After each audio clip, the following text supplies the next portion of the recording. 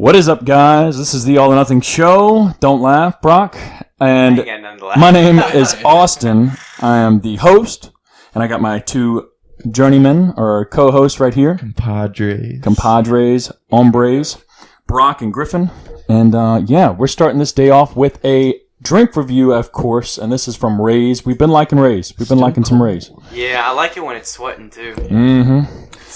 So this flavor is strawberry colada. If you aren't watching it, you see it's a nice pink can. And one thing to mention, because you can see the Baja Blast, whatever flavor they have. When I was talking to the guy, Austin, one of the sales guys, great name, by the way, he said that they're moving forward with like changing all their look to match kind of like those vibes. So I was like, yeah, that'll definitely set it apart. Yeah. Because this looks cool, but it could definitely be cooler. Yeah, it's almost one of those things. It'll catch your eye unless it's by a can that's like the Baja one. Yeah, and then it almost becomes like monotonous. Exactly. Let's crack them open, boys. Let's go. What is colada supposed to taste like? I mean, obviously I've had. It's like a creamy. No, not creamy. Coconutty. No, like I guess like coconutty. I guess like creamy, maybe. We'll see. Like pina colada is definitely like coconutty, pineapple. Y'all just go right in. You don't give it any time to just settle. Gotta let it aerate. No, I'm a big strawberry guy, so I have high hopes for strawberry flavored stuff. Yeah. So, like for example, the strawberry sublime, I'd give that like a 3.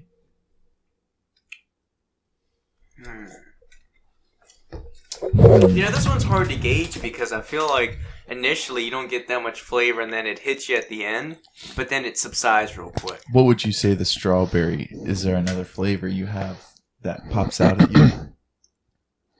I don't think I've ever had a strawberry drink. Like, who makes strawberries? I mean, I have, but like when I'm talking energy drink. I would say it's definitely strawberry, maybe a hint of cherry. Is there another strawberry out there? Really, just the strawberry sublime. And this blows that out the water. Yeah, Rain. Definitely. Rain. Yeah, that one strawberry sublime. I was so disappointed. Yeah, this one wasn't good. I like it.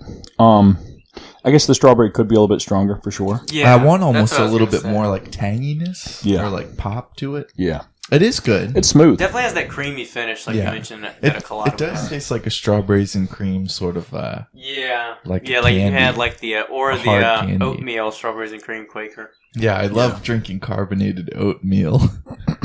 But clumpy. I definitely want to hit on again that these drinks are definitely cooler, and they get like brownie points, I guess, from me at least, is like the fact that they don't just use only caffeine for their stimulants. They do add other ingredients in there that are faster acting, slower acting, for just like sustained energy. So a little bit of faster acting caffeine with the caffeine citrate. Then you'll see caffeine anhydrous, I believe, in there, and also dicaffeine malate as well, which is like a slower sustained release caffeine. Dang. Yeah. And other ingredients in there. Who knows if they're... Yeah, trust me. And I guess they do have some other like focus ingredients in there, but you never know like the dosing and if it's even like, I guess, efficacious per se. I doubt it. Which I'm not worried about that with energy drinks. Like, I keep talking about, we talked about energy drinks and what we would do, and it's like, I don't know.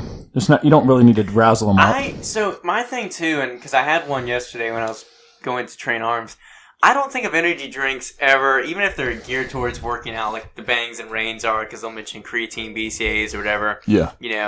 I don't even really think of them as like pre-workout drinks per se, because they're essentially just energy and maybe a little bit of focus ingredients. But when I'm thinking of what I want before workout, what's going to help my workout, it is energy, but it's also pump. So I'm definitely going to go for, especially price-wise and price efficiency, going to grab a pre-workout way before I grab an energy drink. Yeah. With that said, though, on a day where you wouldn't normally take pre-workout, or, a long day, you're working or whatever, especially with like me working from home a lot and on my ass, I feel like I really enjoy just grabbing, instead of like a coffee or something, grabbing an energy drink, sipping it, and feeling like a little bit more energetic, a little bit more locked in, and kind of getting it done. So I kind of look for an energy drink, more flavor and kind of like feel more than necessarily the carbon, or no, not necessarily the carbonation, but more than like the energy aspect of or recovery at all. I would much rather have a solid taste, like you say, than and just a good like energy drink experience rather than Like, I don't care if it's got like beta alanine in it. Yeah. Like those. Did you ever try? I think they were marketed as like a pre-workout, but the GNC Beyond Raw. I didn't have it, but I'd seen it. Yeah, but to your point, taste and experience. It's like that simple with these. Yeah. And that I did have that as a pre-workout, but it was weird because it's like I almost feel like it's like two different beasts. Like you said, sometimes I do enjoy an energy drink as a pre-workout if it's a kind of a random workout or something kind of just thrown in, just as like shaking things up. But with the Beyond Raw, I did drink that as a pre-workout because it was like it had other things, beta alanine in it, and it was just like it was kind of weird to have an energy drink that then made me like flushed and tingly. And I feel the same way with the Rain, the thermogenic ones. It's like I don't know if I want that all. In I remember when I first had Bangs, like when they first came out, a full one used to like really hit me. And I think it used to be more caffeine. I think it was like 320, 350. Is it not that now? It's down to 300. I think it's 300 flat. Oh, well, I think it used to be 350. Which it was never these, that much I more, believe, but- are 300 as well. Yeah, I think so. Yeah, they are. But for some reason, I still have yet to really have an energy drink that really hits me in like a noticeable way. Because I remember when I first had the Bangs, again, I was weighing lighter, I was younger, whatever. But point is, like, those used to really get me going. Like when I had the sour heads. And then now though, I could have a full one and still be like, moving at my normal speed. I wouldn't be super jacked up. So I don't know what it is. Maybe they did change the formula. Maybe they underdosed. You're getting desensitized. It's probably tolerance, but still. Next, you'll start nicotine. Yeah, why not? Fucking junkie. Hell Yeah. But yeah, speaking of like price wise, I heard you mention that. I was just in Vitamin Shop because this is where I picked them up. Right now, Vitamin Shop does have a buy 3 get a 4th free mix and match. Nice. So that's And why he grabbed I a Jocko. And yes, I passed by his other products because I was just like up in there, like just doing my part, just checking out pricing on other brands and whatnot, and seeing what's out there. And Jocko's milk protein, it's like 2 pounds, like maybe a little over 2 pounds. It's like $45. Yeah, jeez. For like 2 pounds.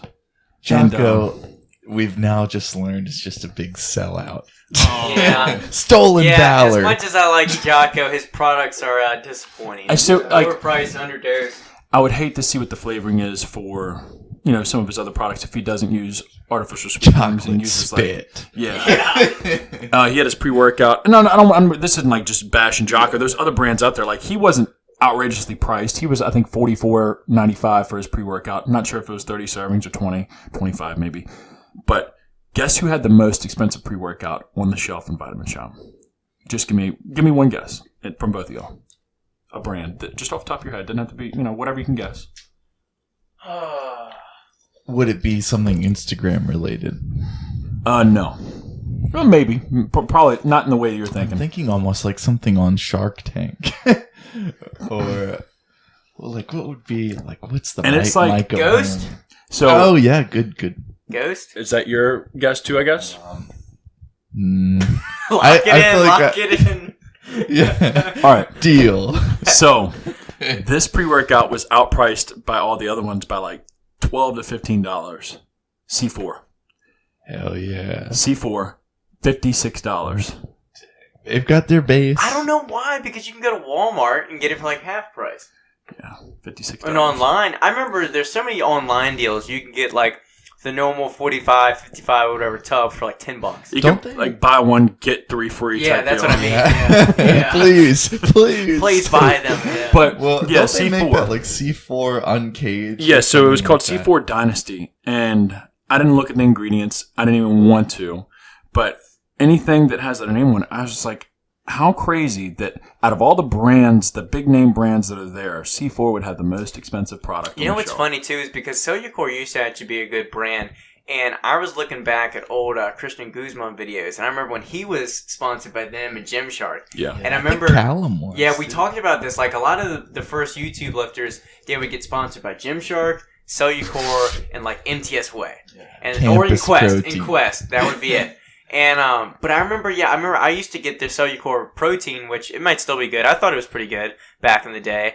And I don't think I ever had their pre-workout, but I had samples of it, and it just never grabbed my attention or grabbed my eye.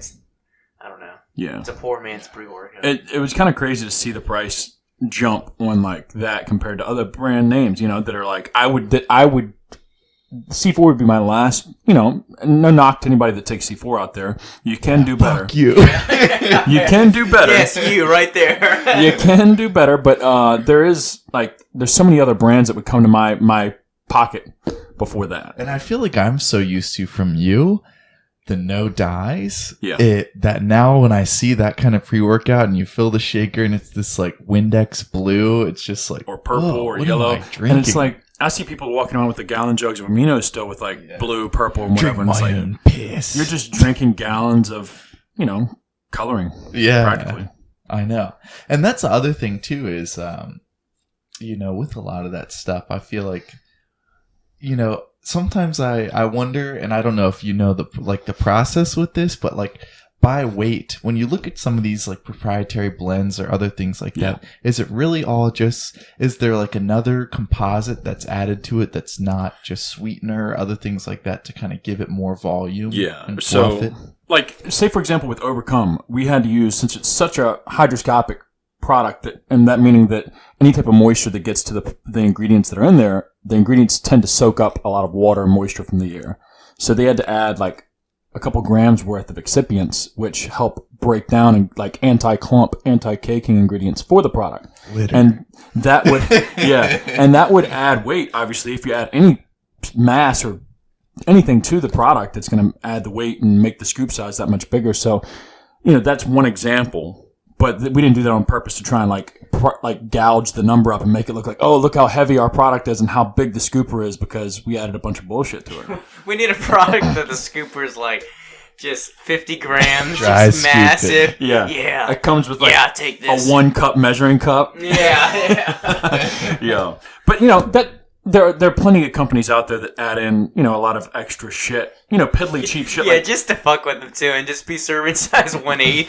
Yeah. 1/8. You actually got to measure it out, even though we gave you a 1 cup. Yeah, that would be But, they'll add in cheaper ingredients, stuff like taurine or creatine that are really, really cheap ingredients. And some, in their own aspect, are efficient and good ingredients, but they're cheap, and you can just add that to anything. Those are just two off the top of my head that you really gouge up your scoop size, your weight, the size of your tub, and, just market it that much more. But, that's one thing that we try to do with GYMFLO is just literally getting back to no false claims, no colors or dyes, no artificial sweeteners. No artificial colors and dyes, no proprietary blends. So we have a fully transparent label, and everything's marked out so you know exactly what you're putting into your body. And, not putting anything, not marketing the tub to, be this magic, potion or pill. You have to work with it. It's only going to work if you do. But, there's plenty of companies out there that are making huge money off of, just some BS. And, that could be anybody. You could point a finger at a wall and then more than likely that's a brand that's fucking up. It's hard to, I feel like, find companies that will like actually look out for the consumer and not take advantage of the consumer. So There are one some thing, out there. well, like I say, there's none. I but- listened to months ago. I was listening to Seth Rossi's podcast, not to plug a podcast on our podcast, but he was talking about how like a lot of brands, what they'll do is they'll release, let's say, one product with A quality ingredients, and then over time, as they come out with different flavors or different, slightly different formulas, they'll start dropping the grade quality of the ingredients that they're using. Yeah. And so the products end up hitting, not as good. They're not as tasty, whatever it is. And then, next thing you know, the formula is almost, you went from grade A quality to grade B or, C, D. And the consumer doesn't even know because they keep just buying, the next tub or the next flavor. Yeah. And, it almost doesn't resemble the original product. That kind of would be smart, though. It's smart, but like shady. We said that's what people that like It's- brands he knows Yeah, does. that's an easy way to scale. Like every time if we were to Because you come can out make with it cheaper. if we were to hide it, under a new flavor. Hey, we dropped a new flavor. By the way, we didn't mention it's a whole new formula too, and it's a cheaper formula. Not even just formula, but what they'll do is like, let's say you're buying grade A L-citrulline, where it's like pure quality, Gotcha. it works. But then over time, what they'll do is they'll use grade C or D, where it's cheaper made. Maybe sometimes it's not even like the exact right ingredient, or it's not the higher quality. For sure. And next thing you know, you're like, this pre-workout doesn't hit as much. It's probably just the flavor. And so that's Gotcha. what people will do, and they'll think, oh, it's just a weird batch, or just it's the flavor that's why it's not hitting as good as it used to. And it does. There is, I guess, that is such a thing of like having different qualities of like raw ingredients. Because, say for example, and I'm not trying to like say our shit is the best out there, which I do feel like it is, and I you know, it'd be wrong for me not to believe in my shit, but.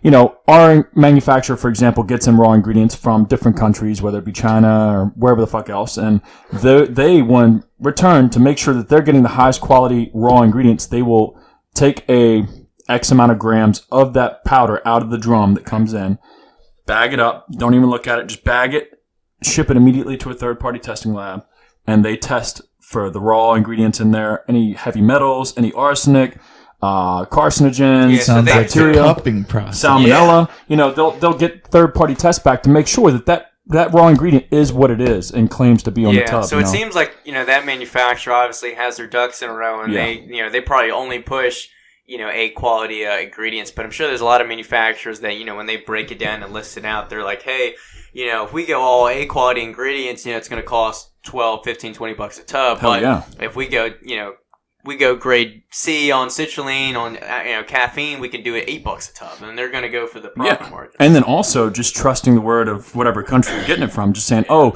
yeah, China just sent us over this 50 pounds of citrulline. We don't want to spend the money to go and third party test it, so we're just going to go ahead and trust their word and throw it in some products, and you know, it's rat poison. And it could be just, you know, flour or whatever the fuck it is, sugar. Or, you know, some other cheap ingredient, taurine, creatine, whatever, and it's like, oh yeah, here's your citrulline, but in fact, it's something totally different, you know, than what it is. So, you know, there are checks and balances that manufacturers do take. Not all of them, but most reputable and good ones will take to third-party tests, making sure that they're covering their ass and making sure not only their customers, which are me, but my end consumer gets the best thing that they can. Do you ever think, you know, as you go through this process, do you ever think about sometimes like that it would be weird to then, do you ever think that somebody else was innovated like you were to start a supplement company, but thought, I'm going to start a third-party testing company or something like that? I wish. I don't think I'd want to take the headache, and plus, I don't feel I'd have any passion behind it. Like, well, here's the thing I've noticed a little bit with, like, you know, the work I do or things is sometimes, you know, you're working a job, or let's say, like, for example, I work with a lot of these realtors that get in this coaching group, right? And so they're learning all this stuff about, you know, making sales and digital marketing. Well, one of them is planning on creating her own coaching for digital marketing. Like, for example, where I'm going with this is sometimes, you know, you're working on, let's say, GYMFLO or your own business, and you start to realize, oh, I'm paying this guy an awful lot of money to do labels or to, you know, check for third party, whatever. And then you're like, well, shit, that's good money. Supplement or manufacturers are going to have to come to me. The need is there. The demand's there. You're like, shoot, maybe I should start that company, you know? Yeah. And so sometimes I feel like you kind of, you know, notice these things, you notice these opportunities of these demands and where things are moving, and you're like, shoot, I need a piece of that pie. And for sure, and that's why you see entrepreneurs that, you know, have some type of stable foundation already ahead of them. Like, you don't want to just jump ship and you don't even have one successful business going, and you're going ahead and starting to try and create other businesses that you haven't even created one successful one. I feel like we see that a lot where there's, you know, you got to at least have one successful business before you start branching out. Because then you're spreading yourself too thin to where, you know, who knows if you're putting any effort into either of them and you're just putting half-ass effort into both, and next thing you know, you're wondering why the hell nothing's taken off. But, you know, I definitely think that's the case. You know, I see other, I guess, things that are going on that I'd be like, damn, that would be something I'm interested in, but I'm like, there's no way I could juggle both. And the thing, I mean, you only have so much time, and like you mentioned to begin this, is like, if you don't have the passion for it, you're not going to put the effort in. I mean, it could be a genius business plan and all this, money, but if you're not excited about it, it's not going to be worth it. Fuck no. Like, because I'll say, for example, for us to third-party test our product, which it is an end goal for us to third-party test after our manufacturer makes it. They third-party test their raws. They put all the raw ingredients into the tub, shake it up, add flavoring to it, and then we get it. And then I would then go and third-party test the products again, just to make sure that all the ingredients that are on my label are actually in there. So, you know, not to say my manufacturer would do that, but just to make sure I'm getting covered and getting everything that I'm asking for and paying for as well, and making sure my customers do as well. But for me to test, for example, our All or Nothing right now is $2,400 for one tub. Wow. That is insane. And like to see the money that they're charging and then to run that, there's no way in hell I feel like it costs that much to test a product. But maybe not. I don't know what their equipment costs and whatnot, but it's just, there's definitely money there. But that's something that sounds so boring, just to test raw powders and send lab reports back. Yeah. All right, Griffin. What are these topics? Yeah, what do you got? A hotly contested conversation going on this past week that I thought would be maybe appropriate to bring up as like a segue into something else was, in an ideal world without any schedule, what would your perfect workout time be? Like time of day? Noon. Yeah. A while ago I would have said 10 a.m. and that my thing was at the time I was waking up at 6, I'd have breakfast, probably give it like an hour, and then I'd eat like a smaller pre-workout meal, and then I'd train. Now that I've been so used to for like months, I was working out at 6, waking up at 5. Past few months I've been waking up at 5, working out at like 7. I feel like I want to stay on the one meal in my body and just kind of go. So I'm going to stick with that kind of like 6, 7 a.m. range. It just depends like when I wake up. I've liked being awake for 2 hours before training, so I would say 7 rather than 5. But again, if I was to really go Jocko mode and wake up at 4, I guess I could do 6. So I'm going to go 7 a.m. Let me rephrase the question a little bit. You asking that assuming that we have nothing else to focus on for the day? Yes. Yeah, 12. Yeah, same. Because if I was to work out at 12 and still have to focus and make sure that I'm getting done, making it out here, shipping out orders, doing whatever, I would not be able to focus on my workout. I've tried to do that. Yeah. And it's like, if I don't knock it out first thing in the morning before my work day starts, I try and wait until the end, until I'm done, so I don't have anything else in my head. Well, see, I agree with it almost for the inverse reason. So, like, if I, if I have things to do in the day, I have, like, clients and videos to get done, I almost, I'm stressing those too much, kind of, yeah, I mean, same actual reason for you, but I guess just order of operation is a little bit different because I like knocking on my workout first thing in the morning so I can get to everything, get it done, and I kind of have one thing off my plate, and I don't have to think about, I got to work out at 12 or work out later tonight. I can just, get it done, give it my full attention and effort, and then get to the business of the day. Yeah. But same kind of concept with you, just different order of operations. What about your time? Well, before I used to train, when I used to work like restaurant jobs or sometimes like retail stuff, I would typically go at like 1, 2 in the morning, and then I would just sleep in until like 10. When this was happening, what gyms were open at 1 or 2 a.m.? When I lived here, AmFam. And then when I was living out west, I would just walk across the street to this place called Access Fitness, which was like the remnants of an old Gold's in Montana. But I used to like going there just because like nobody would really be in there. The day would kind of be done. It was this weird like hybrid of like morning and night to where it's like, the day's done, but the day's also starting. And like I'm starting and ending my day with a workout.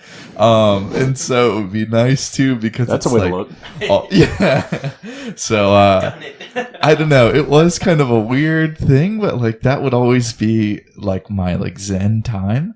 And then with training, I would say probably around 10, but because I'd like to get maybe 2 meals in. That's the one struggle I've been finding a lot with some of these earlier times lately is like my one meal just doesn't cut it. My stomach starts growling like 30 minutes in. So that's what I was going to ask was with both y'all, because I guess you both agreed to 2 meals. 2 meals. And that's what I said was my original Optimal thing. is 2 meals. Yeah. I think optimal, true.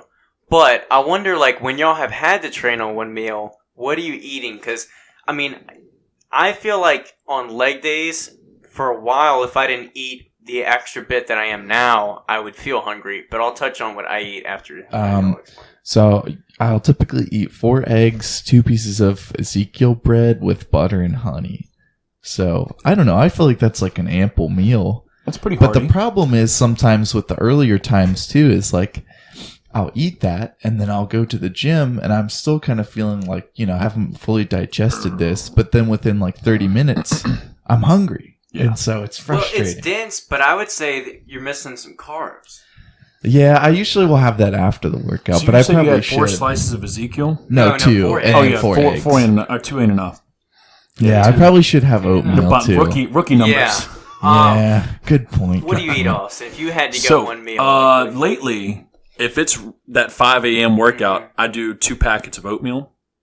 And that's like if I'm eating it right before I leave to go to the gym. And I know that doesn't give it much time at all to get digested, but at least it puts something in my stomach to where I don't feel hungry. I do need the apple cinnamon oatmeal. But there was that time where I think not some of my best workouts, but where I trained fasted for a few months. Like I would just skip eating. I would just literally wake up pre-workout and I would go, except leg days. I'd have to do something. Yeah. But every other body part exercise, like I could go in fasted and get some really awesome workouts and be starving after though. But oatmeal, usually 2 packets. That's a good point too. Real quick before you start, because last year with I had a little bit weirder schedule in my last semester. Now I'd usually work out at like 4:30 and wake up at 4 or so, and then just like real quick eat a yogurt and like a bagel, and I wouldn't really be that hungry at that time of day. It is kind of weird to just, as the day goes on or different times of the day, maybe it's your circadian rhythm or whatever. I love bagels, but they're hit or miss for me. Sometimes I get a good pump from them. Sometimes I feel like they take forever to digest. I was going to say, bagels are a little too heavy for me to have pre-workout. But here's what y'all are missing. You need It's the cottage. It's the cottage. That digestive. That post-workout cottage, yeah. By the time I digest when I wake up, it's going. Dude. No, y'all have like half of... If I took both y'all's pre-workout, it's basically mine. So I have the 2 packets of oats, except I don't do 2 packets because I think it's a little sugary. But I get 1 packet that's flavored, and then I'll half scoop the instant unflavored oats. So it's, a good balance, a little less sugar in there. And then I'll do 2 eggs instead of 4. And then I'll do either 2 slices of toast with jelly, or I'll do like 1 English muffin with some jelly. Yeah, that sounds like a Cracker so Barrel style. all in all, let me see the exactly Grand Slam. what it is. I think all in all, it's like let me see how many carbs that normally is.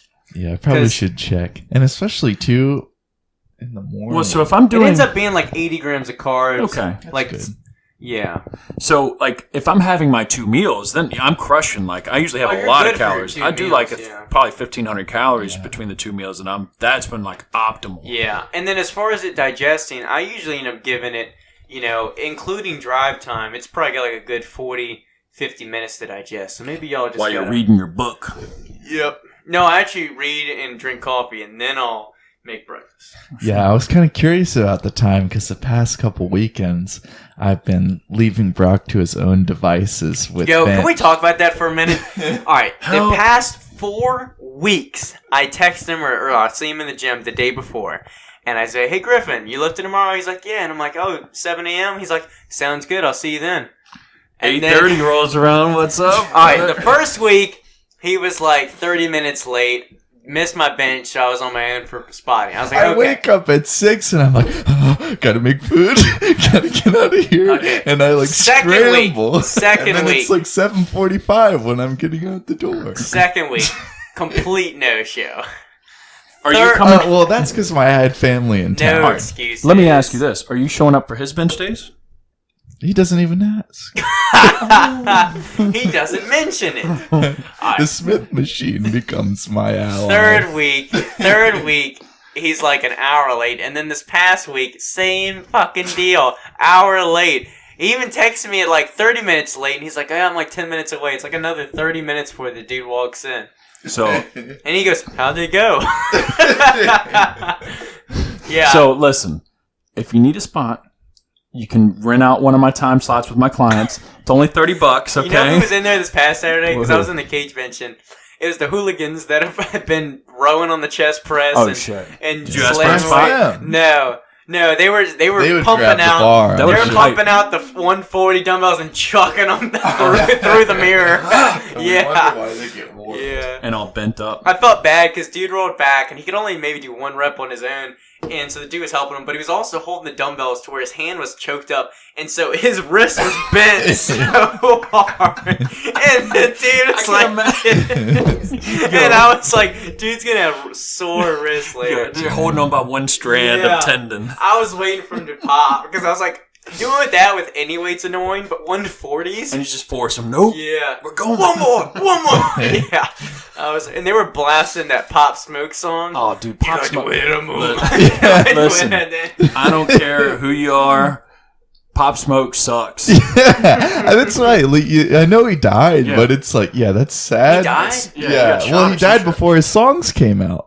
Oh, this is like a posthumous album. It is? Yeah. And that's why they play it so much. But these songs are just like Christian Dior, When It Rains It Pours. It's like we all up in the store. No flow. Damn, like, you know what? I do remember God. them mentioning that a while ago. The worst lyrics, the worst beats. Like the guy. Oh man, I'm I sorry. don't like people, any of these rappers that died. Pop Smoke, Lil Peep, XX, whatever, Juice WRLD. Juice WRLD died? Yeah. Yeah. Damn. I think he a while ago. Something drug related. Yeah. I'm not sure. But anyway. Yeah. What's another topic? So my other question I had, Whip it out. I need to just refresh my memory. Something kind of we were talking about the other day, but I was going to ask you guys, do you feel like you need to have a defined plan or structure in place in order to be successful at something? I guess we've hit on this. I feel like to be truly successful, yes. Like some sort of structure, because me shooting from the hip, I'm only going so far. Like I'm going to hit a ceiling of not being able to control everything that I need to do within my day. And I realize that, and it sucks because some days I'm like, man, it feels so good just to shoot from that fucking hip. But I have a little list over there for today, and I'm like, I don't know. I feel like there needs to be some type of structure, right? I guess when I say that, I mean, do you feel like you need to have like a 5-year goal, 1-year goal, this and that, kind of like laid out for you to work towards? Or can it be a little bit more like impromptu, if that makes sense, like day to day in order to be successful? I don't know, because I feel like I haven't experienced enough to like realize that I need both. I feel like I do, because I've been doing this long enough and I haven't set long-term goals yet. So I feel like I probably should. So it's like, man, how am I going to get there? Not by shooting from my fucking hip. Yeah, I think goals are absolutely needed. I don't even think they have to be necessarily written, although I think that makes them a lot more real and a lot more, there to be worked towards. But I'd say at least if you have like a very specific goal in mind and a date in your mind, you need to work on it. I'd just say there's two things I just mentioned. You need your goal and you need the date that you need to get it done by. And then you can kind of build a plan structured towards that. And I generally have a plan with most things I do, but I will say like the past few months, and we talked about it, like I haven't really had a gym program. I've had my split that I've kept up with, but because the gyms have been open, closed, all this other stuff going on, hopefully, when I have a more consistent gym that I'm going to, then I can kind of build a plan around that. But until then, I feel like I'm just like, I'm doing generally what I would normally do, my consistent split, compounds, all that. But, just something about not actually having a exact written down plan. I feel like I have been a little slower to progress, a little bit not as structured. I don't know. I feel like I'm still making progress, but not as fast or not as specific as I would like to. So I want to definitely chime back. First out of 2. What are some current goals you have for yourself, Brock? Any big ones? Yeah, didn't you reveal this on another podcast? We should probably look that up someday. But anyways. Wait your turn. Wait your turn. But, I'm thinking like, I don't know. So you're just speaking about all like setting a goal, setting a timeline. Me, I feel lately, and this is just personally, with what I've been doing, I deep down have felt lost, and I feel like I'm just doing everything. Like I'm literally trying to do everything, like newsletters.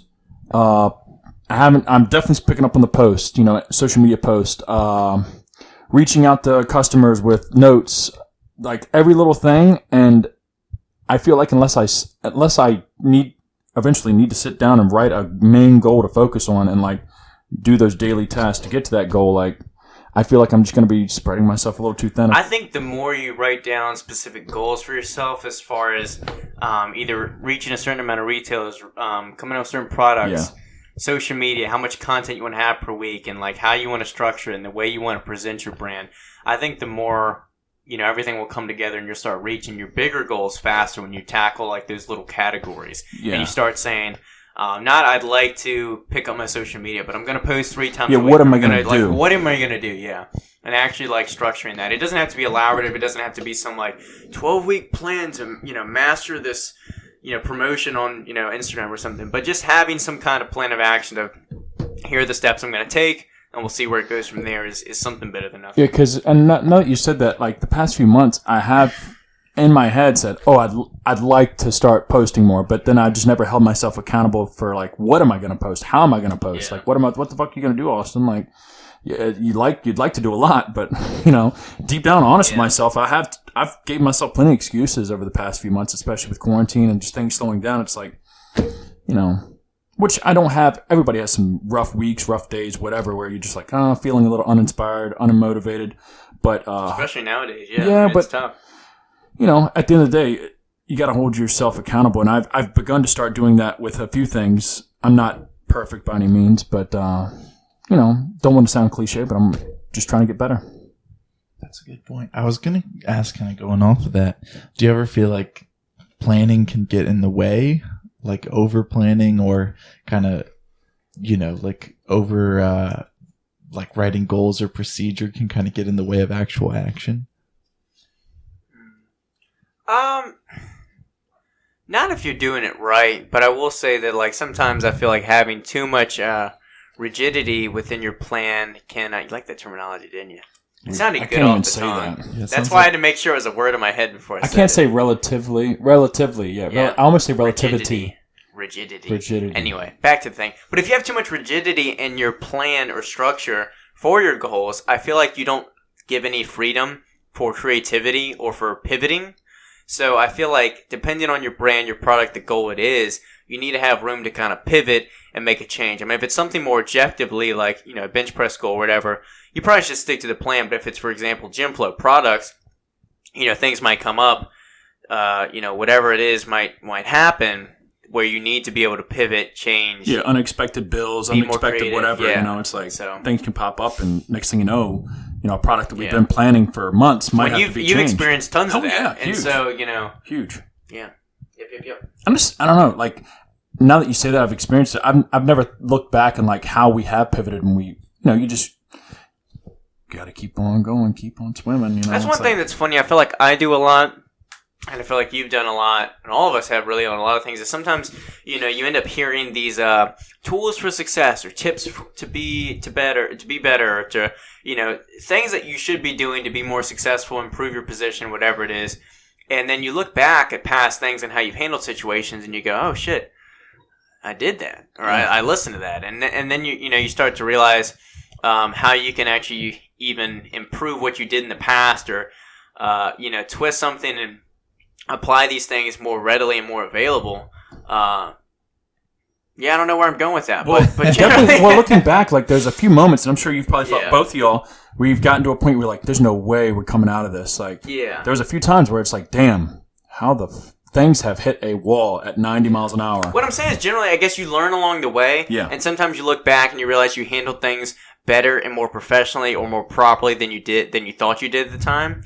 And again, it comes from being able to shoot from the hip confidently and not just standing stagnant in your position and just, And I think being like thinking on what happened and just instead of putting thoughts into like, all right, that just happened, woe is me. It's like, all right, well, what can I do now? Like, what's the next step? I guess, small steps, whether it's small or big. What's the next step that I can do to like push this thing forward? Keep this boat going downriver.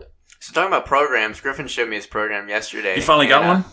I've had this for like a year. His second block or whatever. But the point I thought you were going I just keep it close to the chest. Yeah, he doesn't want to share it. I can't I see them big old tiggies. But one thing though is I looked over and I was like, okay, good. And then I got to the end and I texted him and I was like, I didn't send him that one. I was like, you only have 6 working sets of biceps the entire week? Hold on. 6 sets? The entire week of biceps. He had 3 sets of reverse curls and 3 sets of either how many reps? barbell curls. Like 40? 8 to 10. Yeah, 40. Yeah. You need it. Well, but let me see those your biceps are looking good though. I know he's gonna lose them. Good. Well, is that something new?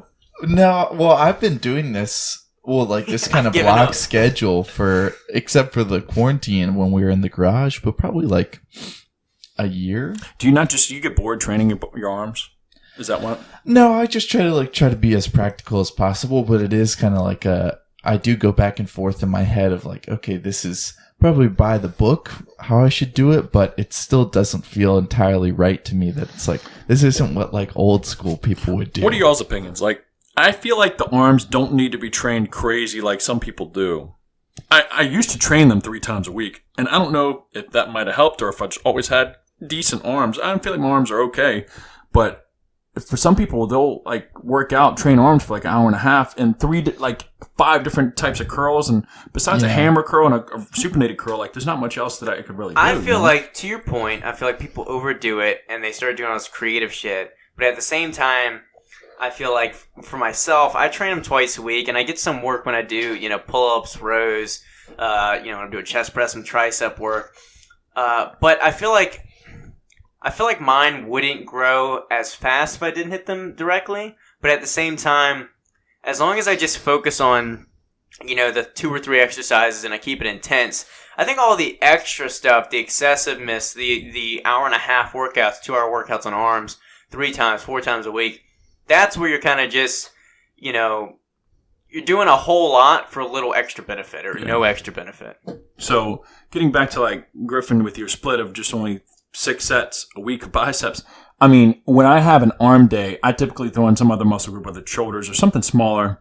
See, I don't like shoulders and arms together because my shoulders then will overcompensate doing curls or other things like that to where then I don't feel like I feel it in my arm. I don't do it every arm day though, but like it'll be my second time hitting shoulders technically. You know what I'm saying? You really hated our shoulder and arm workouts then.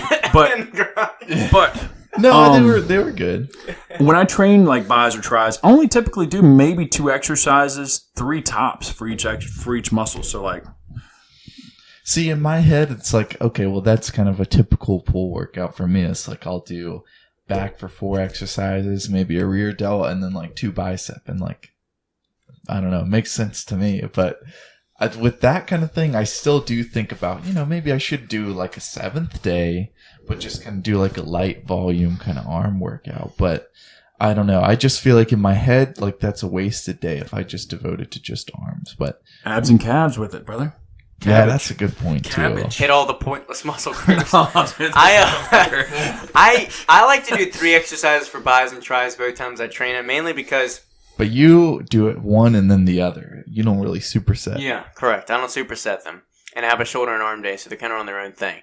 And with biceps, I think of it this way: I have one, kind of overall heavier movement, either like alternating dumbbell or barbell.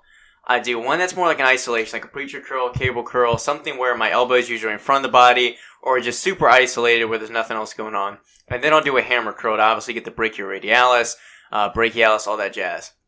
With triceps, I try to do 3 as well because I kind of stick with, again, one major compound, whether it's dips, close grip bench, skull crusher, something like that. And then I'll try and just hit each head. So I definitely want something for the long head. I want a cable push down, usually for the lateral head. And then I kind of have, some kind of wild card, exercise, whether it's a cable reverse push down or it's a cable kickback or it's, dips, dip machine, whatever it is. I got to say, though, thinking back a little bit, I do really miss, and I almost feel like I was in, like, maybe it was just more so enthusiasm, but like was in better shape when I would just kind of like, oh yeah, I'll do this today. And then like, I'm going to do a big pyramid for this. And like, I'll pick this exercise versus now that I'm like in a program, it's like, I got to do this next. And then I'll grab this weight and I'll try to do this many reps. I miss kind of that. We talked about this a while ago. I don't know. It's just very cohesive connection between like mind and body back then. You got Austin who's kind of just make it up as he goes, and then you got Griffin who's super like structured out. That's what they indoctrinated into me with school. I need to like Clockwork Orange myself to like get it out of my head. The numbers, Mason. And if somebody wants to send me one that's watching this, I'm more than happy to accept and give it a shot and see what happens. But I would love to have a checklist to knock out because I want to be a send you my program. I want to be a checklist guy. I want to walk in because some days, listen. Are you ready for that? I am. I want to be like You gotta play Griffin. the pre-workout song there, the old chariot. I did play it the other day when I drove up on him. yeah. He was wondering what I was listening. I was like, is that Game of Thrones coming up or what? Is that Braveheart? What's this? Yeah. They will not take our freedom. But Song of my people. you know, there are some days, everybody has them, where you walk in and you don't hold yourself. Like, it's just an off day and you're like, fuck, let me do whatever I can to just get a quick pump and get the fuck out of here. Yeah. But if I had a checklist, because there was a few times during my prep when I did that Joe would either rip me out some workouts because I was like, I just don't feel like working. He's like, go do these. And I knocked him out. You just feel so much more accomplished having like a list. Even, not to say that you don't give it all your all when you're in there, but just knowing that you checked everything off that you needed to do. And if you did a little extra, perfect. If you didn't, whatever, you got it done. That's the other thing I would say in regards to a program is I do kind of miss that too of like, oh yeah, I'm feeling doing a little bit of this right now, to where sometimes when I finish my workout for the day, I'm like, all right, that's it, sort of thing. Like I don't really knowing feel you have like more I in the wanna- tank? Yeah. Well, that's why I like having almost like a happy medium to where I have my kind of compounds where I have to do them, but then like the last 1 or 2 exercises per muscle group, I kind of like leave up to interpretation. So like, especially for arms, I kind of just have that one exercise I have to do, and then the other 2, it's like, well, do I want to do cables, curls today? Do I want to do a preacher, single arm, barbell? Kind of just like play it by ear. I'd love to get, for everybody that's watching, all the thousands of you, drop down in the comments what your training split looks like and like how you go about your week and plan it out, because we'd love to at least get some engagement in here to figure out what everybody else is doing out there and see what works Like best. and smash that subscribe button. Make sure you double tap that thing. Or no, that's Instagram. Anyways. Yeah, double tap the dislike. But I would like a checklist for real. No. Like to go in there and have like, being like, man, I got it done. And at least like lately, I'm telling you what, it's the first time and I don't want to say it because I don't think I ever do, but I feel like I might have overtrained my quads the other day. This was Thursday last week. I want to touch on leg Overtrained recovery because I trained Thursday hack squat for like 8 sets, and it was just I was telling Kathy this morning with my client, and she was like, why are your legs giving out? Because I went to like step up on the pull up thing and my leg buckled. I was like, that was from Thursday. She was like, what'd you do? I was like, the moons aligned. I said I took two ibuprofen and some all or nothing red apple. Oh shit. And Viagra? some Yeah. Cialis. Yeah. I guess the ibuprofen like took the pain away from my knees, and the red apple DMHA just got me pissed. And I got in that hack squat, and I even had the old man, like one of the old men came up, pulled his headphones off. He's like, "Damn, how are you?" He's like, "You're doing a good amount of weight." Not that I feel like Austin was screaming. I probably was dead serious. I was just, when you get into either your squat or the hack squat, you do that one rep, that first rep, and you're like, oh, today's gonna be butter. Yeah. Today's gonna be butter. You either like the first rep determines like how the day's gonna go, and I was like, oh, it's fucking on. It's 10% luck. Yeah, 20% skill. I took some red apple myself Saturday and had a good workout. Besides failing because he wasn't there to spot me. How are the boys looking? Surprisingly enough, Good. to be fair, Enough heat. There's enough heat. usually it takes a full day before everything wears off. But you know what? Later that night, boys were hanging again. Good. Yeah. But anyways, did hella hack squats, then did hella squats. Like, I just got lost in the sauce. Hella squats. And then finished off with leg extension. I saw Miles Hicks in there. Talked to him. Probably did 6 or 7 sets of leg extension. I was like, man, I've been in here 3 hours. Let me get out of here. And for the past 3 days, I couldn't even touch them, like physically touch my legs like yesterday. They were tore up. I've been pretty brutalized myself, so speaking on our goals, you can give an update on your core training. Mm-hmm. Not as cool as or important as mine. But, so I've been doing my running. I did 3 miles, I believe. Yeah, I did 3 miles Wednesday, and then 4 on Thursday. And then I went to train legs Friday. Legs were a little sore, a little fatigued. Wasn't anything crazy, so I was going to take it easier. I didn't, though. Went a little bit harder. Did deadlifts, some sets of 5, front squats, all that jazz. It's on my Instagram. But anyway, legs are a little bit sore. Nothing insane, though. But, like, definitely just, I felt, the build-up from all of that. And so, I got into and lack of sleep thanks to my dog. Just waking us up every night. It's almost He's like probably 11 still or scared 2 from when a.m. I scared him. Yeah, he's probably just having flashbacks. But anyway, Sunday rolls around, and I made it a point in my mind to run 6 miles because I'm going to touch on in a minute kind of how I'm structuring and why I'm doing whatever I am doing for running. But I ran 6 miles yesterday and went well, doing good. But just, the last mile and a half, I think because it was a little bit hilly, I felt a little bit of discomfort, a little bit of pain, and I guess it would be my medial meniscus on my right knee. So just a little bit of pain there. And then just later, that day, after I got home from the run, my, midfoot, kind of where my arch is on both my feet was pretty shot and pretty beat up. So I was kind of rolling that out a little bit with a tune-up ball or lacrosse ball. And then along with that, just, I went to go train arms later. Hamstring felt a little weird. And just overall, my legs just felt so shot. But what hamstring is the one that's a little weird? Left one? My left one is what I tore, but my right one is the one that sometimes just feels weird. And so I consciously think about it, even though that's the one I didn't hurt. All right. I want to mention, quick break from your story. The other day when I think you both were deadlifting on the turf. I don't remember. It was recently. I looked at the back of your left leg, a little bit above the knee. Weird bump. I don't know if it was a shadow when you were bent over and you were about to grab it and you were setting up for the deadlift. I just glanced over and I saw something. I don't know. It was like bumped like that big. But I don't know if you can feel it while it's, shortened like that. Maybe. I don't know. When it gets cold, will you run inside on the treadmill? No, dude. I'm telling you what. I'm not bringing it up. Or I'm not joking. Oh, God. But I need to look at the video now. Dead serious. I looked over. I was like, I wonder if it was his left hamstring that was bugging me. Because I swore I saw something. But maybe it's just me. If you see me in the gym and I'm just staring off in the distance, or it looks like I'm staring at you, it's probably because I can't tell who or what you are because I'm blind. Can't really see anything in the video. Yeah. Well, you ain't got no hamstrings, no way. So I do have. Is it up towards the top? No, though? bottom, above the knee. Really? Yeah. Maybe it was a shadow or some shit, but it could have been because I don't feel a bump. We'll look at it later. Yeah. But point is no, because that's the thing. That hamstring feels fine. It's more like it's my right one that it's not even like it actually feels weird. It's just I consciously think about it on squats and other things. But anyway, point is the biggest thing I've had to balance now is how I'm gonna recover between my runs for my leg days or just general from one run to the next run.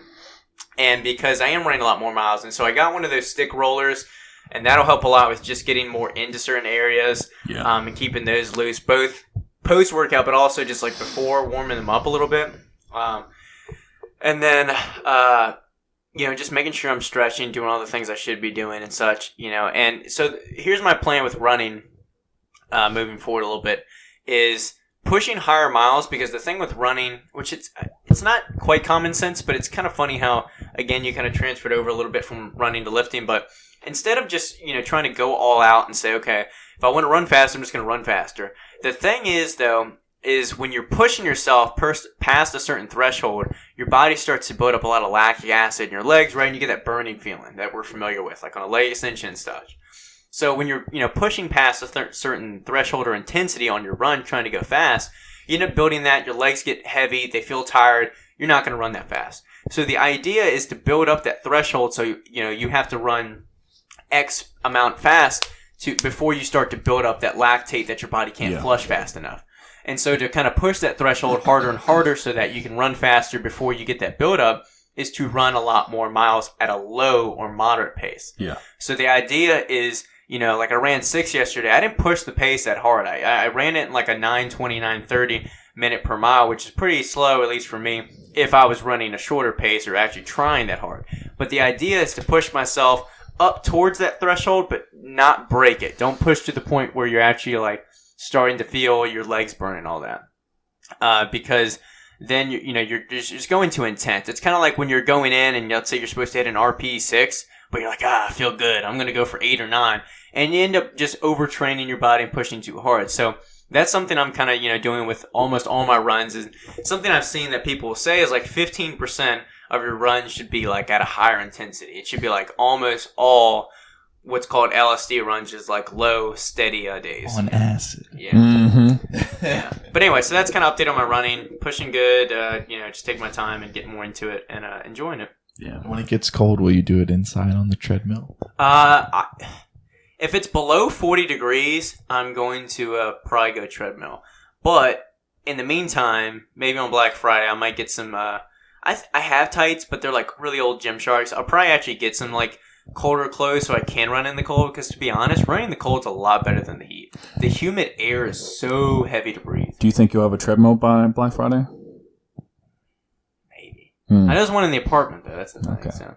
I don't know if you'd have your own equipment for that running by then or not. But. Anyways, my core training. Keep your secrets. This is unfortunate because last week was my fourth week that we've been doing these like daily goals, and it was the first week that I did not complete my third day of core exercises. I did two. Yesterday was Sunday. It would have been my last chance to get another third day. All over. And I went and had a beer out on the beach instead. That is not helping those abs or that abdomen. God damn. Yep. So I had a nice lager, Richmond lager. But anyways, I still haven't worked out. The other 3 times. I haven't worked out today. So after the show, I'm going to edit. Got a few things else I need to do. Pack some orders. I'm hitting Willow Lawn. Not cool, but make sure you check in. Make sure you post your picture. Ab check. Tag them. Ab check. Yeah. I'll make sure I tag y'all. Only y'all. Mm-hmm. Make sure you reshare. Yeah. For your boy. But anyways, the other 2 days though, and the thing is like, I'm definitely giving it my all when I do it, and I like I've mentioned before, my abdomen gets gas, my lower back, I definitely feel like all my little accessory muscles down there definitely get gassed. Even feel it in my hip flexors sometimes because my core gets weak and other muscles take over. But it's been hit or miss on some days. Some days I feel like, man, I crushed it, and some days I'm like, I don't even really feel it. I just got tired, But it's been good still. I've been, besides the one slack day, I'm definitely looking forward to still continue doing it. I don't know what it is with me, but I've been very motivated recently with the running to the point where Maddie's scared I'm going to get skinny and small, but I keep telling her, I'm training my legs, I'm eating enough. Quit crying about it. But anyway, point is though, she don't want you to get all lean and shit. Yeah, I know. All them honeys be looking at you. I know, that's what it is. But Your dad bod. but for a while when I was running just for general fitness or cardio or whatever, I was just looking to kind of get it done. I did enjoy the feeling at the end, but I wasn't really enjoying the process. But now it's when I'm running, I look at it as training and not just, cardio thrown in. Yeah. And so I don't know. I'm just I just have a different approach to it. I am excited to kind of get the run going, to maintain a pace, looking at the stats. And I definitely enjoy the finishing feeling, and you gotta love it good when you finish. Yeah, good finish. Y'all didn't pick up on it. They should have gone. That's what she said. Right too out. Late. I know. Yeah. But anyway, point is, it's I don't know. I've been motivated. I've been watching a lot of Nick Baer's stuff, and I wish I had the TRT or whatever he's on. That he maintains a lot of muscle mass for. I can. It's a choice. Yeah. That's a choice. One day, but yeah, him and there's some other people on Instagram I keep up with, but yeah. I feel like not that the core training, it's not, you can't get really hyped behind that. I guess as purposeful as running. I feel like with running too, it's what running motivation is there to where it's I'm gonna when get you up, run I'm faster, you mean a PR. I think you can see. You probably see a whole lot more progress quicker than you feel the performance. With abdomens, you only see your abs. I'm not training it for aesthetics. I'm training it for strengthening stability because my core is weak. But for most people, training abdomen, it's boring shit. That's why most people don't train it. It would be the equivalent of training your bench press endurance, hoping you're once I hit this PR, it's going to be crazy on a 1 rep max. But you never experience the 1 rep max until you're lean is the equivalent. So it's you have this hidden potential, but you never get to really see it. Unless but at least with running, it's okay, you see your time improving. You see, well, damn, I didn't feel tired at all after those 6 miles. I'm doing a lot better than I did when I started. I would like to maybe get on some type of program, and I need to look around and see what piques my interest. I just don't want to do it just because, Brock and everybody's doing a go out. I really want to find something that strikes my interest, but maybe some type of strength, because we've talked about it, what would we do if we didn't bodybuild? And I love bodybuilding. I love chasing the pump. Pump is me all day. Mm-hmm. But I would love to, focus on maybe one lift and be like, let me do a program for that for a few weeks and watch the strict curl. Well, that's what I told Maddie too. Is when she was talking about like, I don't want you to get all like, running base. But I told her it's like, that's how you know you got to keep her. She's looking out. But my base and my love is always going to be like you said, like bodybuilding training, pump work. Like I just love like weight training overall. Yeah. And so I was telling Griffin today, like if my 3 like goals right now are like running, strength, and size, and I have to cut out one of those for like priority wise, it's going strength. Like I'd rather just be big and look strong and enjoy those pump workouts and what I'm doing, and then also run rather than try and max out and be crazy strong while also trying to run on these legs. Mm-hmm. Flash forward 10 years down the road, Brock is like 130 pounds. Yeah. He's wearing like the shortest shorts you can get and like a baggy tank. Forrest Gump. Headband on, and Maddie's like sobbing at home. Like, it all started when. All right, babe. I got another 100-miler this weekend. Yeah. That would be respectable. If I was an ultra marathon runner. With Goggins. That'd be pretty hype. Yeah. Yeah. Yeah. I don't know. For me, I feel like aside from aesthetics, like there has to be practicality. If I'm going to do cardio, it has to be like a survival based cardio. It can't just be running for the sake of running. There has to be like, that shouldn't be the end in itself. It should be almost like get to the drop point by like this time, or like fully armed, jump over this, run 100 yards, reload the clip, put 2 rounds in this, or something like that. It has to be like a life or death scenario. You want to train for like Spartan races. For an apocalyptic situation. It would be fun to do those obstacle Maybe an Ironman ones. is an apocalyptic situation. Maybe you have to swim 2 miles to the checkpoint, bike 112 miles later, and then... I don't know about that, but I don't know. I feel like for Don't you have to like pee and crap your pants like to do those? Like, I mean, I don't know about that. Don't they take like all day or like 24 hours? I don't think I'll ever try and do an Ironman, mainly because of the like full commitment you have to make to that training, and then also the swimming. Well, he also said last week that he would never have running comprise his leg workouts, and that changed today to where he's not doing strength-based leg workouts anymore. It's only going to be Fridays. They're a little bit more hypertrophy. So by next week, it'll be that'll flip-flop. So. I don't know. Yeah. I'm getting shit on over here. I don't know. Oh, actually, going off What are your goals, Griffin? Have you guys ever done any gymnastics? Never. When I was like 6. I can do a backflip on a trampoline. Out in Rockville, there's a place called GymQuest, and the guy and his wife do like an open gym, like adult kind of just check-in lesson. Yeah. And I did that a few summers ago with a friend. We would go probably like every week or two, once a week. And that's actually a really hard level of strength to. I feel like a lot of. I want to put my kids in gymnastics. A lot of core work is involved, and a lot of mobility. And I have zero shoulder and ankle and hip mobility. You guys see the arms on the gymnast guys? Yeah, crazy. Well, the lats and arms, like they'll do like that ring hold, and then do like the iron cross. Girls look good too. Hell yeah. They're built a certain way. Well, one thing that was crazy to me too back then is, it was fun to learn, and it's a little bit scary too, because they do kind of like, they'll prep you a little bit as far as if you're going to do a backhand spring, you'll do it over this kind of mat barrel at first, so you can kind of get the feeling of rolling. Then they'll have someone spot you, and then you'll do it on your own. But one thing that really impressed me was there are these like 7-year-old girls that were on this beam, and they would just like backflip and land right back on the beam. And it's like, I can just imagine like spraining my ankle, like castrating myself or other things like that, just like with one miss. And it's like, these people are just flat as this shit, right? But that was really hard, and it's like one of those things that it not only wins you just doing things repeatedly, but it's a good strength workout too. I believe body weight. I definitely believe it. So yeah, I do like a lot of that stuff. I do like, aside from just lifting, like that kind of climbing, gymnastics, to be agile, parkour, primal. I used to do parkour in high school, actually. Oh no, they're coming. Let me do a backflip. Yeah. Damn. Yeah, so Matrix, boy. Yeah.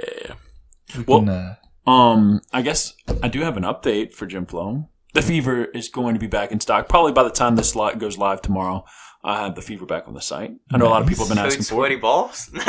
Code Sweaty Balls for 10% off the Fever. Check out. I guess I'll leave that code up for a week. I'll give you a week. Code Sweaty Balls. Yep. Plural. That With a Z. yeah. No. We'll keep it S. keep it an S. So Sweaty Balls, 10% off the Fever. It's back, y'all. I guess I don't need to talk about it much, but dieting sucks, obviously.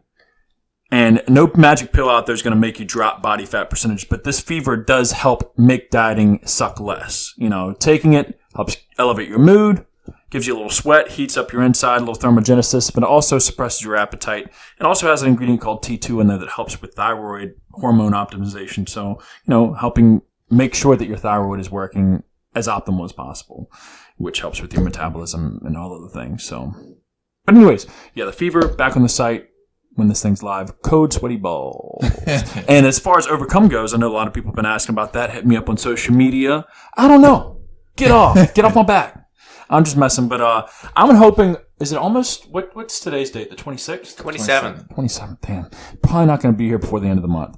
Maybe the first week of August, because I don't know. I would hope within a week and a half, maybe.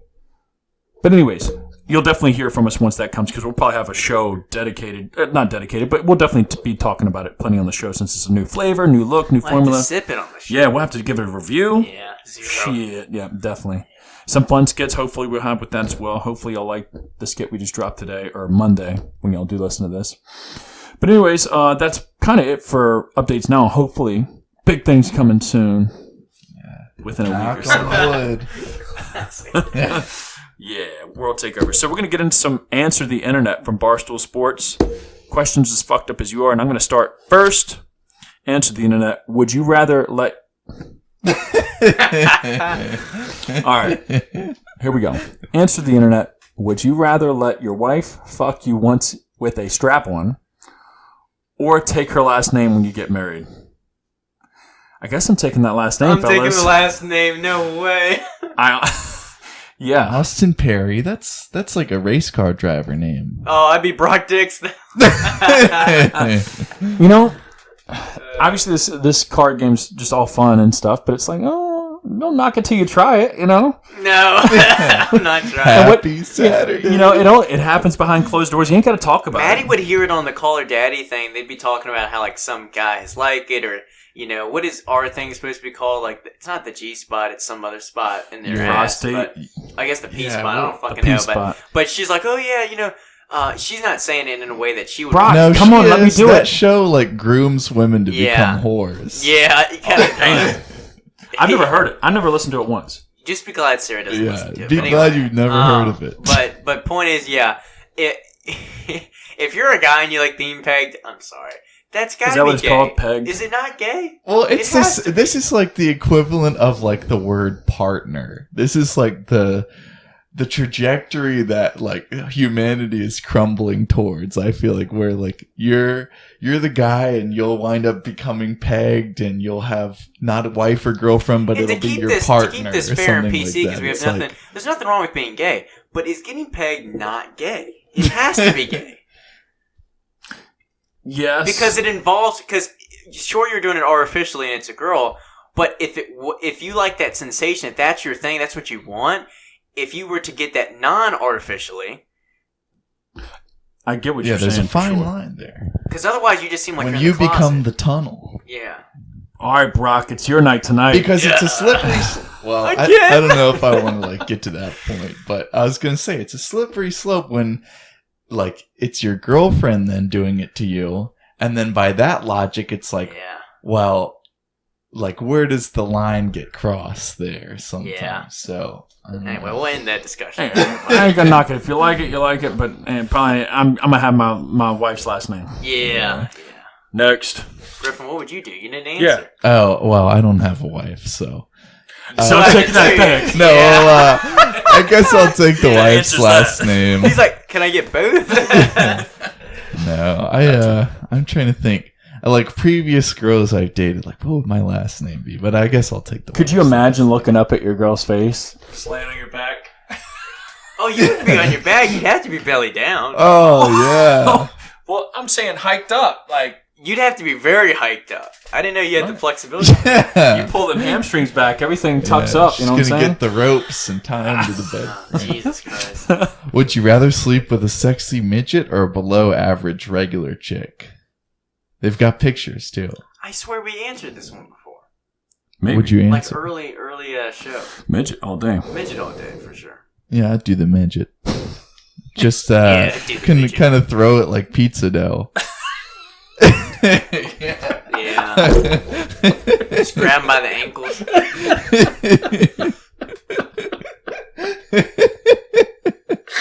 I can pretend I'm the mountain for a Throw it day. like pizza dough. Dude, that's funny as shit.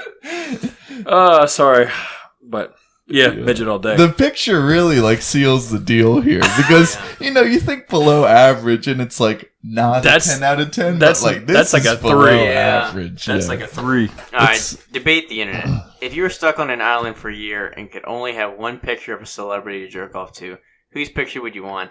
I told y'all this a few weeks ago. I rethought Answer this, no? No, but something similar. I rethought the celebrity questions we've been getting, and Margot Robbie, 9 times out of 10. Would it be a picture from something or just like if you had your like wildest fantasy played out and a picture was taken of that? Or would it just be almost like a portrait?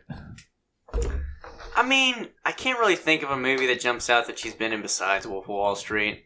She does look good there. But honestly, just pictures I've seen of her just going out. She looks pretty stunning. So I don't know who it would be. Caitlyn Jenner. No. I want Bruce. Bruce. I don't know off the top of my head, man. Damn. Was there any movie that you're like thinking back on that you're like, man, this What is yours, just Griffin? opened my eyes? Probably Amelia Clark from Game of Thrones. yeah. I feel like I've said consistent that with that, before, yeah. but really, I gotta say, But she'd have to even have the blonde growing hair, up, right? yeah, it has to be blonde. But even He's growing so up, I nonchalant. feel like I never really have had like celebrity I haven't crush. either. Alright, so it's not like who- I'm... It's, I don't think I'm sure there's like celebrities have great bodies. yeah, most of them don't. So 3 chicks. I'm sure there could be like 3 other chicks that could pop into my head right after this. But who's the chick that played in? Damn it, I already lost it. Ted. Margot Robbie, I'm pretty sure. No, Mila Kunis? Mila Kunis. That's it. Yeah, that's who Yeah, it was. that would be it. Yeah.